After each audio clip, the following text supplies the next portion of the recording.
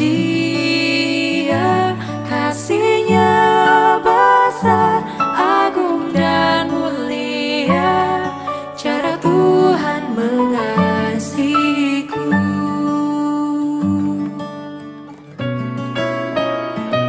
Tuhanku lembut dan penyayang, dan aku mengasihi Dia. Kasih-Nya besar, agung dan mulia, cara Tuhan mengasihiku. Damai-Nya tetap besertaku,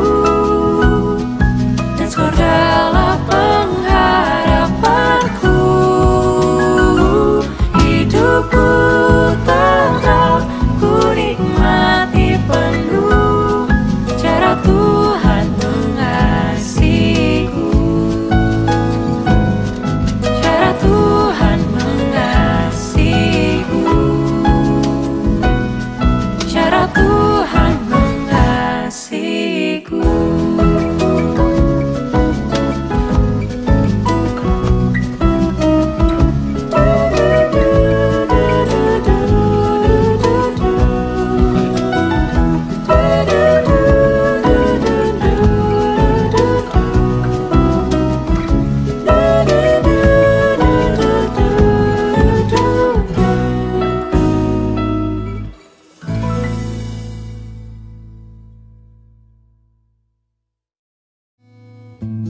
And there is none like you.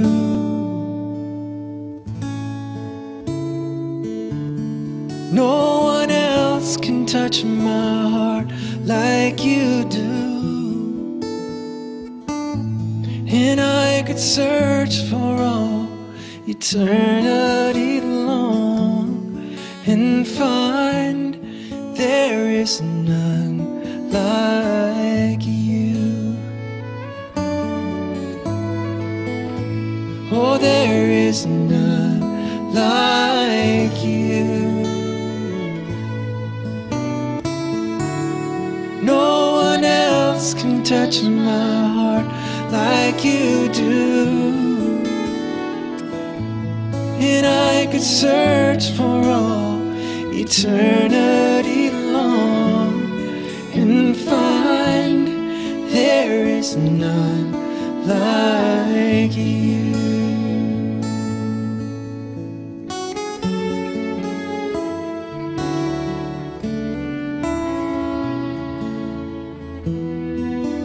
Your mercy flows like a river so wide. Healing comes from your hand. Suffering children are safe in your arms. And there is none like you. Oh, there is none like you. There is none like you. There's just no one else can touch my heart like you do. Oh, and I could search for all eternity long and find there is none like you. Oh, I could search for all eternity long and find that there is none. No, there is none. There is none like you. Shalom saudara-saudara yang dikasihi dalam Tuhan Yesus Kristus. Kembali kita akan belajar bersama bagian firman Tuhan untuk Shine Fellowship Bible Study kita. Melanjutkan pembahasan untuk kitab Ayub. Dan kali ini kita akan melihat dari Ayub pasal yang ke 29. Kita akan membahas bagian ini mulai dari ayat yang pertama hingga ayatnya yang terakhir, ayat yang ke-25. Karena itu sebelum kita merenungkan firman Tuhan lebih jauh, mari kita berdoa. Bapa di dalam kerajaan sorga, kami bersyukur untuk penyertaan dan kasih-Mu. Kami berdoa Tuhan menolong dalam jam perenungan firman Tuhan ini. Allah bukakan hati dan pikiran kami, persiapkan hati dan pikiran kami untuk kami boleh menerima kebenaran firman-Mu, belajar dari kebenaran firman-Mu. Bantu kami untuk kami boleh bertumbuh di dalamnya dan kehidupan kami mempermuliakan nama Tuhan. Kami serahkan ke dalam tangan kasih-Mu jam pemberitaan firman Tuhan ini. Tuhan menolong menyertai kami. Di dalam nama Tuhan Yesus kami berdoa. Amin. Saudara, kita akan kembali melihat dari kitab Ayub, dan di sini kita akan melihat dari Ayub pasal yang ke-29. Ada beberapa bagian dari pasal ini yang akan kita renungkan bersama. Dan di sini kita bisa melihat bahwa ini adalah bagian penutup dari pembelaan Ayub dalam dialog dia bersama dengan sahabat-sahabatnya, menanggapi sahabat-sahabatnya yang ada. Kita lihat bagian yang pertama dari ayat yang pertama hingga ayat yang ke-6. Dikatakan bahwa maka Ayub melanjutkan uraiannya, ayat yang pertama. Nah, kita masuk kembali kepada bagian terakhir dari perkataan Ayub ini saat dia menanggapi sahabat-sahabatnya, perkataan, tuduhan bahkan dan komentar dari sahabat-sahabatnya ini. Apa yang Ayub katakan? Lihat di ayat yang kedua hingga ayat yang ke-6. Kiranya aku seperti dalam bulan-bulan yang silam, seperti pada hari-hari ketika Allah melindungi aku, ketika pelitanya bersinar di atas kepalaku, dan di bawah terangnya aku berjalan dalam gelap. Seperti ketika aku mengalami masa remajaku, ketika Allah bergaul karib dengan aku di dalam kemahku, ketika Yang Maha Kuasa masih beserta aku dan anak-anakku ada di sekelilingku, ketika langkah-langkahku bermandikan dadi dan gunung batu mengalirkan sungai minyak di dekatku. Ini seperti Ayub mengenang kembali apa yang terjadi atau apa yang dia alami, dia jalani, dia nikmati pada masa-masa sebelum dia mengalami musibah, dia mengalami penderitaan yang kita sudah lihat sebelumnya. Nah, Ayub dalam pergumulannya ini, kita bisa lihat bahwa dia telah kehilangan anak, dia tidak kehilangan harta bendanya, dan bahkan dia kehilangan kedudukan di hadapan sahabat-sahabatnya. Tetapi melihat perkataan Ayub ini, kita bisa menangkap sebuah kerinduan yang besar dari Ayub akan masa-masa di mana dia merasa begitu dekat dengan Allah. Dia merasa begitu akrab dengan Allah. Kerinduan terbesar Ayub adalah persekutuan yang erat dengan Allah. Yang mana dalam masa-masa sukar yang dihadapi dan dengan seruan-seruannya, dia merasa bahwa sepertinya Allah begitu jauh dari dia sekarang. Nah, mungkin ada masa ketika dia merasa bahwa Allah melindungi dan menyertai dia. Tetapi bagi Ayub, hari-hari itu telah berlalu. Ayub mengingat hari-hari ketika Allah tampaknya lebih berpihak kepada dia dan bukannya dalam tanda petik menentang dia seperti yang dia hadapi, dia renungkan saat ini. Ini mengingatkan kita pada fakta bahwa krisis terbesar dari Ayub setelah kehilangannya yang parah, terutama bersifat spiritual atau rohani. Karena dia tidak merasakan dukungan dan pertolongan Tuhan setelah kehilangannya itu. Itu yang dia rasakan. Dan ini menjadi pelajaran bagi kita untuk melihat bahwa apa yang menjadi masalah utama dari pergumulan kita atau pergumulan orang lain, kita perlu melihat bahwa masalah utamanya adalah masalah rohani, yaitu masalah hubungan kita dengan Tuhan. Saya mengutip dari Charles Spurgeon, dia menunjukkan ada beberapa hal yang bagi Ayub dia merasa hilang atau dia merasa terpisah dari hubungannya dengan Tuhan. Pertama, dia mengeluh bahwa dia telah kehilangan kesadaran akan pemeliharaan ilahi. Dia katakan bahwa seperti pada hari-hari ketika Allah melindungi aku. Dia merasa bahwa masa atau pergumulan yang sedang dihadapi saat itu Allah tidak melindungi dia lagi. Yang kedua, bahwa selain itu Ayub menyesalkan atau mengeluhkan bagaimana dia merasa hilangnya terang ilahi yang memimpin kehidupannya. Di bawah terangnya dia berkata, aku berjalan dalam gelap. Ayub menyadari dan melihat bahwa dulunya setiap kekelaman yang dihadapi, pergumulan yang dihadapi dalam hidupnya, ada terang ilahi yang dia bisa rasakan di sana. Dan yang berikut, bahwa selain itu Ayub telah kehilangan persekutuan dengan ilahi. Dia merasa bahwa dia telah kehilangan persekutuan dengan Allah. Dia katakan bahwa seperti ketika aku mengalami masa remajaku, ketika Allah bergaul karib dengan aku di dalam kemahku. Ini yang Ayub rasakan. Nah, terkadang saat kita ada dalam pergumulan, kita merasa kehilangan segala sesuatu, baik itu semangat, sukacita kita, maka kita perlu belajar dari Ayub untuk melihat bahwa apa yang sesungguhnya paling kita butuhkan dan kita rindukan. Sebenarnya kalau kita menggali lebih jauh, kita akan melihat bahwa yang paling dirindukan oleh hati setiap anak-anak Tuhan ketika mereka dalam pergumulan adalah hadirat, penyertaan, dan hubungan kasih dengan Allah. Hal penting yang bisa kita pelajari dari Ayub bahwa dia menyadari ada penghiburan di dalam Allahnya. Ini adalah hal utama yang membuat dia bersuka cita sebenarnya. Bahwa dia memiliki perkenanan Tuhan dan tanda dari kemurahan Allah di dalam kehidupannya. Perhatikan bahwa Ayub tidak mengaitkan kemakmurannya dahulu itu dengan keberuntungannya, atau dengan kekuatannya sendiri, atau dengan kemampuannya. Tetapi dia membuat pengakuan yang sama seperti yang Daud buat di dalam Mazmur 30 ayat yang ke-8. Bahwa hal baik yang dia terima, hal baik yang dia miliki adalah karena perkenanan Tuhan itu sendiri. Matthew Henry mengatakan bahwa jiwa orang benar bersuka cita karena senyuman Allah, bukan karena senyuman dunia ini. Maksudnya apa? Bahwa harusnya kita bersuka cita karena kita merasakan hadirat, perkenanan, penyertaan, dan tuntunan Tuhan. Bukan hanya sekedar dari hal-hal materi yang kita dapatkan di sini. Memperhatikan lebih jauh dari apa yang Ayub katakan di sini, bahwa ada beberapa hal yang bisa kita tarik di sana. Mengapa Ayub mengenang semua pengalamannya bersama Tuhan ini? Yang pertama, bahwa keyakinan yang dia miliki dalam perlindungan Allah, itu yang dia rindukan. Ayat yang kedua, akhirnya aku seperti dalam bulan-bulan yang silam, seperti pada hari-hari ketika Allah melindungi aku. Hal ini membawa kita untuk melihat kembali di pasal 1, bahwa perlindungan Allah lah yang membuat Ayub itu hidup dengan tenang, hidup dengan tentram. Hal perlindungan Allah ini juga yang ditantang oleh iblis, bahwa menurut iblis, Ayub taat kepada Allah hanya karena Allah melindungi dia. Kita bisa lihat di Ayub pasal yang pertama ayat yang ke-10.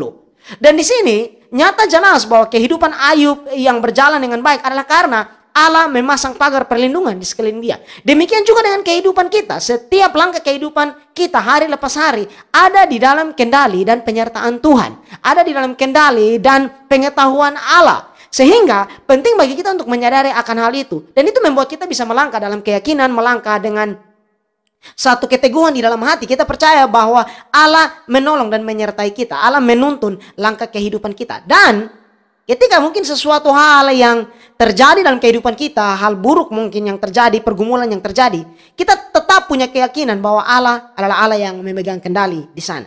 Yang kedua, bahwa tuntunan yang dia rasakan karena kebaikan ilahi, itu yang dia rindukan juga. Ayat yang ketiga, ketika pelitanya bersinar di atas kepalaku, dan di bawah terangnya aku berjalan dalam gelap. Bahwa dengan terang itu, Ayub berjalan melewati kegelapan kehidupannya. Bahwa yang membimbing dia dalam keraguan, yang menghibur dia dalam kesedihan, yang membuat dia bisa menanggung bebannya, dan membantunya melalui semua kesulitan dalam kehidupannya, adalah terang dari Allah itu sendiri. Kita membutuhkan terang Allah dalam setiap langkah kehidupan kita dalam dunia yang semakin gelap dan suram oleh dosa ini. Lalu pertanyaannya, bagaimana kita mendapatkan terang ilahi itu? Mazmur 119 ayat 105 mengatakan bahwa firman-Mu itu pelita bagi kakiku dan terang bagi jalanku. Penting bagi kita untuk menyadari bahwa langkah kehidupan kita setiap hari perlu dipimpin oleh kebenaran firman Tuhan. Kita perlu untuk hidup di dalam firman Tuhan itu setiap hari. Dan itulah yang menjadi terang pelita bagi kehidupan kita. Untuk apa? Untuk kita bisa melihat apa yang harus kita lakukan, keputusan apa yang harus kita ambil, langkah apa yang harus kita tempuh di sana. Lalu yang ketiga, persekutuan yang dia miliki dengan Allah. Ini yang Ayub rindukan di dalam apa yang dia sampaikan ini. Ayat yang keempat, ketika aku mengalami masa remajaku, ketika Allah bergaul karib dengan aku di dalam kemahku. Ada satu hubungan yang begitu dekat, yang begitu erat, yang begitu kuat yang Ayub rasakan di sana. Ingat bahwa sebagai orang percaya kita perlu melihat dan mengerti betapa pentingnya persekutuan dengan Allah itu. Tuhan Yesus berkata demikian di dalam Yohanes pasal 15 ayat yang kelima. Akulah pokok anggur dan kamulah ranting-rantingnya. Barang siapa tinggal di dalam aku dan aku di dalam dia, ia berbuah banyak. Sebab di luar aku kamu tidak dapat berbuat apa-apa. Kita perlu menyadari bahwa hubungan dengan Allah bukan hanya sekedar 10 menit di pagi hari ketika kita membaca firman Tuhan dan berdoa. Dan setelah itu kita menjalani kehidupan kita semau kita atau sesuai dengan apa yang kita inginkan. Dan kemudian besok lagi. Tidak, saudara. Hubungan dengan Allah harus menjadi gaya hidup kita. Kita perlu untuk mengerti bahwa Allah ada dan menyertai setiap langkah kehidupan kita. Allah menyertai beserta kita setiap hari. Dan kita perlu untuk menyadari untuk kita bergaul karib dengan Allah. Lewat apa? Mengenal dia di dalam firman-Nya. Pengenalan akan Allah bukan sesuatu yang bersifat abstrak atau sesuatu yang hanya sekedar istilah atau jargon-jargon rohani. Tidak, itu adalah kebutuhan terbesar bagi kita. Itu adalah kebutuhan terbesar di dalam hati dan pikiran kita. Di sini saudara ingat bahwa di dalam Kristus hubungan kita dengan Allah dibaharui. Kita menjadi anak-anak dari Bapa Sorgawi kita. Kita bisa datang kepada Allah dengan iman di dalam doa dan bukannya dengan ketakutan. Penulis Ibrani mengatakan demikian. Sebab itu marilah kita dengan penuh keberanian menghampiri takhta kasih karunia supaya kita menerima rahmat dan menemukan kasih karunia untuk mendapat pertolongan kita pada waktunya. Ibrani 4 ayat 16. Bahwa kita tidak datang kepada Allah dengan satu ketakutan seperti orang-orang duniawi, tetapi kita datang mengerti bahwa Dia adalah Bapa Surgawi kita. Kita datang meminta pertolongan, meminta tuntunan dari Tuhan, meminta penyertaan di dalam hati, hari, dan kehidupan kita di dalam perjalanan kita. Lalu saudara, bahwa keyakinan dan keteguhan hati yang Ayub dapatkan di dalam hadirat Allah itu juga menjadi hal yang dia rindukan. Ayat yang kelima, ketika Yang Maha Kuasa masih beserta aku. Ayub menyadari bahwa hal yang membuat dia bergumul adalah saat dalam penderitaan itu seolah-olah dia tidak merasakan lagi hadirat Allah. Hal ini bisa menjadi teguran bahwa bagi kita, bahwa saat kita dalam masalah atau pergumulan, apa yang paling kita rindukan dan kita harapkan dari Tuhan? Apakah kita hanya sekedar mengharapkan pertolongan supaya kita luput dari masalah itu? Ataukah kita merindukan hadirat Tuhan? Kita merindukan persekutuan dengan Dia. Dan di sini saudara juga membawa kembali kita seperti yang saya sempat singgung di awal tadi, bahwa harusnya hal yang menjadi kerinduan hati kita atau hal yang paling kita pikirkan, kita renungkan saat kita dalam pergumulan adalah hadirat Allah. Merasakan kembali hadirat Allah itu adalah menjadi kebutuhan terbesar kita. Ini juga menjadi kebutuhan terbesar Ayub. Ayub mengalami banyak hal yang dia alami dalam kehidupannya, dalam penderitaannya itu. Dia kehilangan segala sesuatu. Tapi dari semua itu, Ayub menyadari bahwa kehilangan terbesar adalah perasaan di mana dia merasa Allah itu jauh. Terkadang kita merasakan akan hal itu. Tetapi persoalannya adalah bahwa kita mencari kepuasan hati kita itu atau mencari ketentraman hati kita itu di luar dari Tuhan. Itu yang menjadi persoalan. Artinya bahwa kerinduan hati terbesar kita adalah kerinduan akan Allah. Tetapi persoalannya kita mencari itu di tempat yang lain. Kita mencari kepuasan hati kita dengan mungkin hobi, dengan mungkin pencapaian kita, dengan mungkin kesibukan-kesibukan kita, dengan mungkin hal-hal lain, kesenangan-kesenangan duniawi yang kita cari. Nah, hal ini menjadi persoalan. Mengapa? Sebab kita mencari pemuasan akan kebutuhan hati terbesar kita di tempat yang salah. Harusnya kita mencari itu di dalam Allah. Mengapa? Sebab kerinduan terbesar hati kita adalah kerinduan akan Allah, sehingga harusnya kita datang kepada Allah, bukan ke tempat-tempat yang lain. Lalu saudara, di ayat yang ke-7 hingga ayat yang ke-17. Apabila aku keluar ke pintu gerbang kota dan menyediakan tempat dudukku di tengah-tengah lapangan, maka ketika aku kelihatan, mundurlah orang-orang muda dan bangkitlah orang-orang yang sudah lanjut umurnya. Lalu tinggallah berdiri. Para pembesar berhenti berbicara dan menutup mulut mereka dengan tangan. Suara para pemuka membisu dan lidah mereka melekat pada langit-langitnya. Apabila telinga mendengar tentang aku, maka aku disebut berbahagia. Dan apabila mata melihat, maka aku dipuji. Nah, dalam ayat ini dan ayat-ayat berikutnya nanti kita akan lihat bahwa Ayub ingat betapa dia dihormati di tengah-tengah masyarakat, di tengah-tengah lingkungan di mana dia tinggal. Dia memiliki posisi kepemimpinan dalam masyarakat itu, dalam komunitas itu. Dia disegani oleh para pemuda dan dihormati oleh orang-orang yang lanjut usia. Dan bahkan dikatakan bahwa para pemuka dan pembesar berhenti berbicara dan mendengarkan dia. Nah, di sini saudara, ini adalah hal yang Ayub kenang dahulu. Di ayat yang ke-12 sampai ayat yang ke-17. Karena aku menyelamatkan orang sengsara yang berteriak minta tolong, juga anak piatu yang tidak ada penolongnya. Aku mendapat ucapan berkat dari orang yang nyaris binasa, dan hati seorang janda kubuat bersukaria. Aku berpakaian kebenaran dan keadilan menutupi aku seperti jubah dan serban.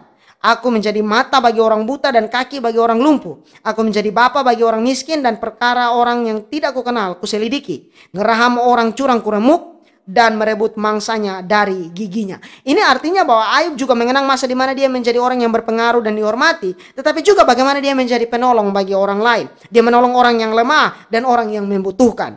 Ayub menggambarkan bagaimana reputasi untuk hikmat dan kebaikan itu pantas dia terima pada saat itu. Ia adalah orang yang penuh dengan perbuatan baik dan sikap yang mulia, terutama kepada orang-orang yang miskin, orang-orang yang menderita, orang-orang yang kurang beruntung. Mengapa dia mengangkat hal ini? Karena para sahabat-sahabatnya telah menuduh dia bahwa dia menderita karena dia menindas orang lain. Nah, saya mengutip dari seorang penafsir yang lain yaitu Trapp. Dia mengatakan bahwa bukan ambisi, popularitas atau kepentingan pribadi yang menempatkan Ayub pada praktik dan tindakan yang baik ini dan berikut ini.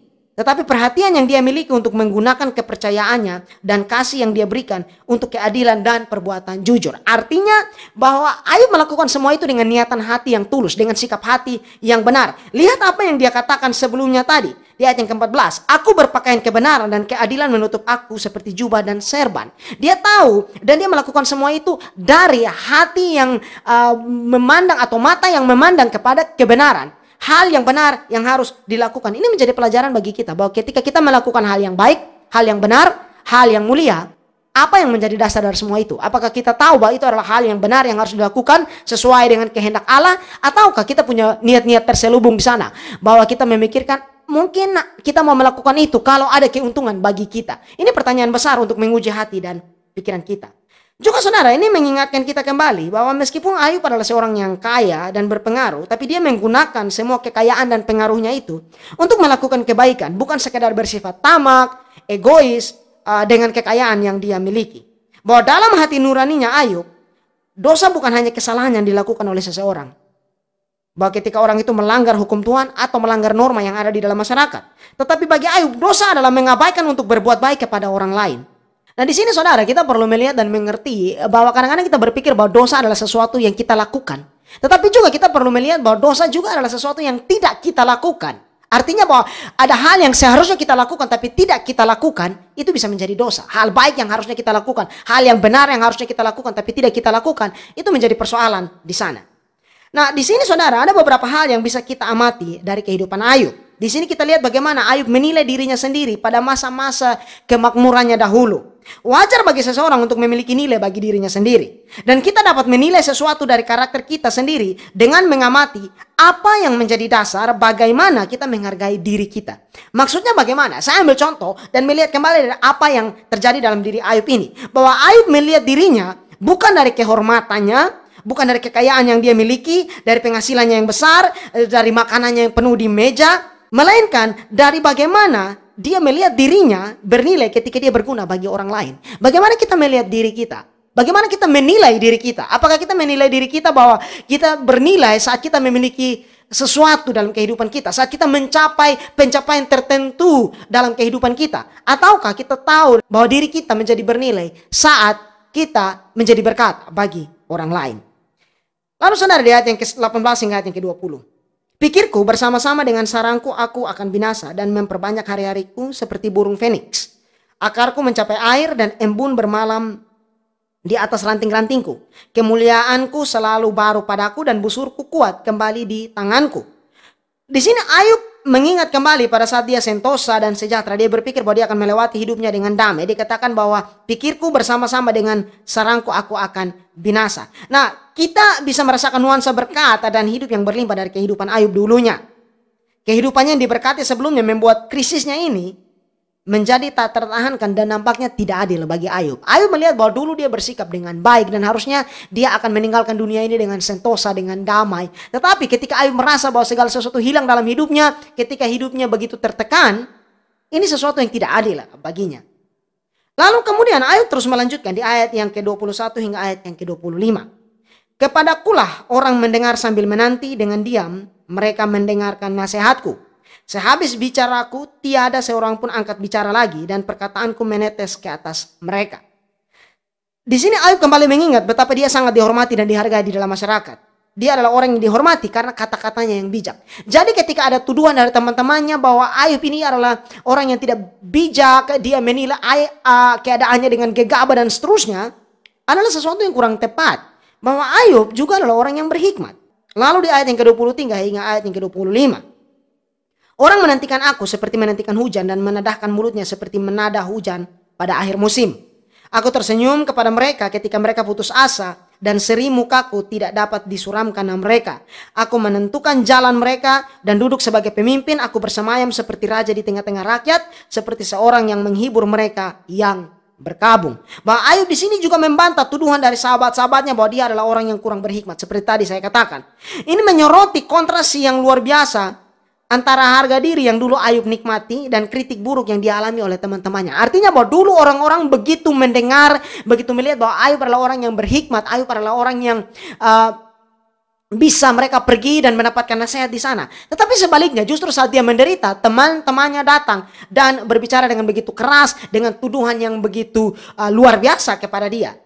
Ada satu masa ketika tidak ada orang yang akan mengkritik Ayub seperti yang dilakukan oleh teman-temannya saat Ayub menderita. Dan ini menjadi pergumulan terbesar bagi Ayub di dalam hati dan pikirannya, bahwa dia melihat teman-temannya memperlakukan dia dengan tidak adil. Nah saudara, sebagai penutup dari renungan akan perkataan Ayub ini, kita akan melihat bagaimana Ayub akan terus menjelaskan posisinya ini. Tetapi dari bagian yang kita lihat di pasal ini, saya ingin mengangkat beberapa hal sebagai kesimpulan. Bahwa sebagai penutup saya ingin menekankan kembali apa yang menjadi poin utama dari renungan kita terhadap Ayub. Di dalam masa sulitnya yang dihadapi, saat dia mengenang masa lalunya yang penuh dengan kebaikan, kesejahteraan, dan di mana hal itu sekarang sepertinya berbanding terbalik dengan penderitaan yang dia alami. Bahwa dalam semua itu Ayub mengerti hal yang paling dia rindukan dan dia butuhkan, yaitu lawatan Allah dalam hatinya yang memulihkan imannya. Dia sadar bahwa apa yang dia rindukan sebenarnya bukanlah harta kekayaan dan keadaannya yang nyaman, tetapi hadirat dan penyertaan Tuhan dan kedekatan ilahi dengan Tuhannya. Itulah yang dia rindukan. Ini menjadi penguatan bagi kita, menjadi nasihat bagi kita untuk kita melihat dan menguji hati kita kembali. Apa yang paling kita rindukan dan butuhkan dalam kehidupan kita? Apa yang menjadi hal yang paling sejati yang kita cari di dalam hati dan pikiran kita? Ingat bahwa yang paling kita cari, yang paling kita butuhkan sebenarnya, yang menjadi kebutuhan terbesar di dalam hati dan pikiran kita adalah lawatan dari Allah. Dan kita menemukan semua itu di dalam kasih Kristus yang menaungi kita, di dalam anugerah Allah yang menyertai dan memimpin kita. Kita berdoa. Bapa dalam kerajaan sorga, kami bersyukur untuk firman-Mu yang sudah kami renungkan. Tuhan menolong agar kami boleh bertumbuh di dalamnya. Bantu kami Tuhan untuk melihat kebutuhan kami yang terdalam, yaitu hadirat dan penyertaan kasih-Mu. Kami berdoa Tuhan menuntun menyertai kami sepanjang waktu kehidupan kami. Berikan kami kekuatan, yang lemah Tuhan kuatkan, yang sakit Tuhan sembuhkan, yang berbeban berat Tuhan topang. Sertai berkati kami selalu Tuhan Yesus untuk menolong kami agar mata kami terus memandang kepada Engkau. Ini doa, ini permohonan kami di dalam nama Tuhan Yesus kami berdoa dan bersyukur. Amin.